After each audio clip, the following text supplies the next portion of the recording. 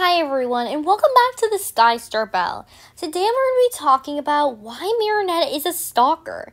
So a lot of people are saying Marinette is a stalker, but not a lot of people, for what I've seen, has talked about why Marinette is a stalker. With a lot of characters like Chloe, people are giving these characters an excuse for why they act this way. If we were to just look at Chloe's actions and judging her by that, we wouldn't probably like her as a character. But when we look at her backstory and why she could be this way, it seems more interesting, doesn't it? And he give her an excuse for why she's acting this way. Why can't we do the same thing for Marinette? Why can't we think of some reasons why Marinette can be acting this way?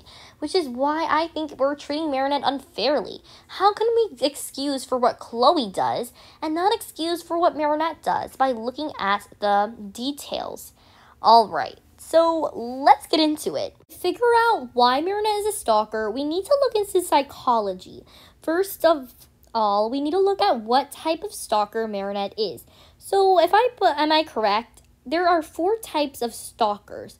So there's one that's a heartbroken stalker, there's one that's an obsessive stalker, there's one that's a fantasy stalker, and then there's the last one that is a narcissistic stalker. So we're going to start with the fantasy stalker because I think that is what Marinette falls into, the category, that Marinette is a fantasy stalker. A fantasy stalker confuses fact over fiction, and they harbor their targets and they think that they belong to them. And they believe that they are destined to be together.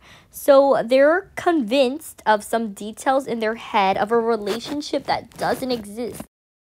Marinette tends to come up with complicated plans for Adrian. And one of the complicated plans I do like is in stormy weather, when Marinette says, then I'll invite him for a fruit smoothie after the end of the photo shoot. Then we'll get married, live happily ever after, have 3 kids, have 2 kids, no 3. Then we'll get a dog.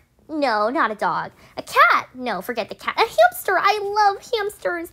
Marinette has this whole idea in her head of the story that they're going to have and this pretend relationship. And Marinette hasn't even confessed her love to Adrian. She has this fantasy relationship in her head. So this is the reason I feel like Marinette thinks that Adrian belongs to her. Marinette thinks that she's already with Adrian. And that's why Marinette stalks her. That way she could be prepared for everything, know everything, and know the perfect time to actually tell Adrian how she feels, to have the whole fantasy. At this point, she's not even in love with a person. She's chasing a game. And in season 1 through 3, I feel like when this was really unhealthy, I saw a change in Marinette in Risk. And now Marinette is taking a break from her feelings, which is really showing that she is changing, especially from the spoiler we got in Emotion. We're seeing that she's not too focused on what Adrian's doing with her life, his life now. So it's showing me that Marinette is changing. But Marinette, we see now, is a fantasy stalker. She's coming up with all these things and these details and this fantasy life with Adrian that she doesn't have. She hasn't confessed her love to him. The reason for this we can get into now. What is the reason for Marinette's behavior is what I try to look for. A reason for Marinette's behavior hasn't been explained yet in the show, but from Bible spoilers, I can see it's going to happen this season. So we can await that. For people that haven't read the Miraculous Bible, I don't want to spoil anything for you. So for respect out of the people that might watch my show that don't know anything about it, I'm not going to say anything about it. But we need to have more of going through Marinette's backstory. We need to know why Marinette is a stalker. We haven't had a backstory on Marinette yet, which I really feel like is important. We need to know why Marinette got these traits, why Marinette is scared to confess her love for Adrian.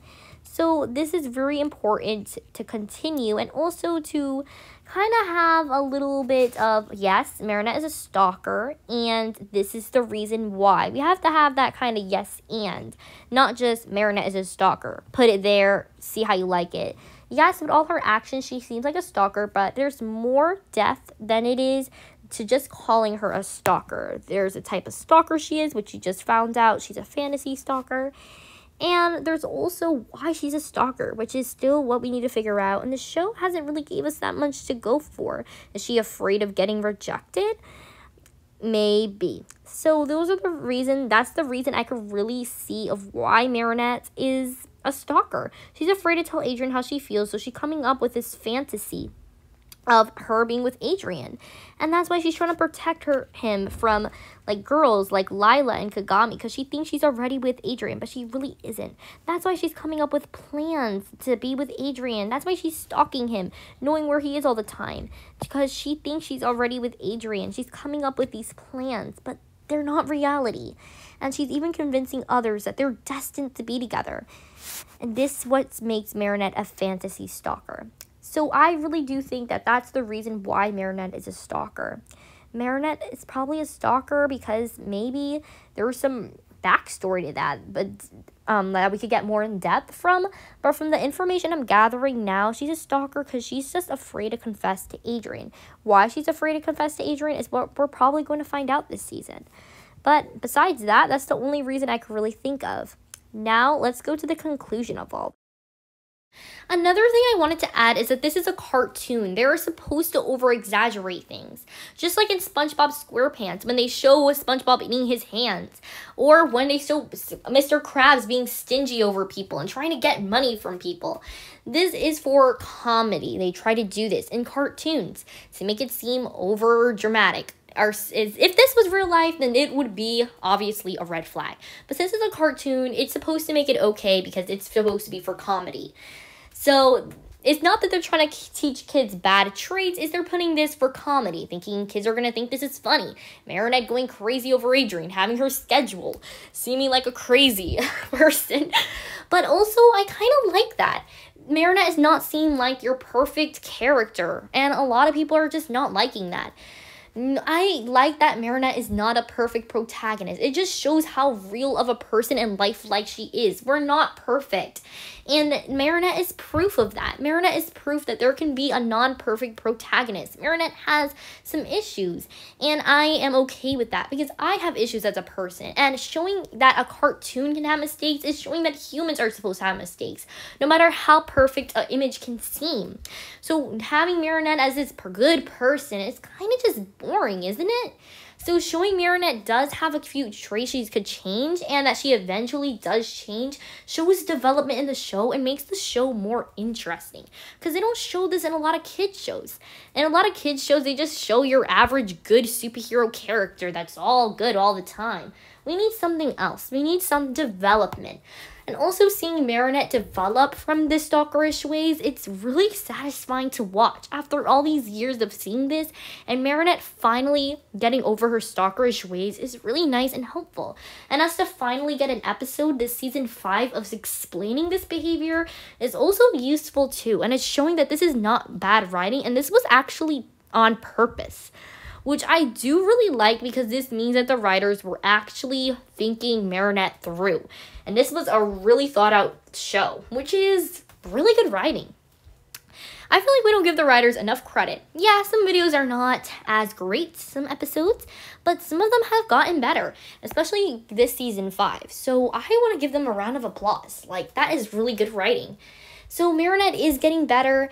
So for all this, it's been one crazy journey, but I feel like this video had to be made because a lot of people are just putting a stalker label on Marinette and not explaining. I also want to talk about Inglatiator 2. Marinette is not delusional to her stalkerish ways. She actually admits to Cat Noir that I never get anywhere with boys. When things are really important to me, I tend to make up fantasy stories in my head about hamsters and blah, blah, blah, whatever else she says. So she is admitting that she has a fantasy way, that she doesn't get anywhere with boys. And this is her admitting. Somebody that's delusional wouldn't admit that thing. And it's very dangerous when somebody has a behavior that they can't admit to, that they don't see anything wrong to it. If Marinette was the type of stalker that she didn't see anything wrong with what she was doing, then that would be bad. But Marinette is seeing that, hey, what I'm doing is not right. And I'm just really desperate to have a relationship with Adrian and coming up with all these fake things. And Sanjay's admitting to that is leading hope for the show and for Marinette to get better, which is what they're showing of development. And I feel like what they're teaching kids is really good. They're not just teaching kids. If they just make shows all kiddie and stuff, then kids are not going to know when they go to the real world. There is people like Marinette that are good people, but they just are sometimes a little stalkerish, but they can get better, which is what I think this show is all about, right?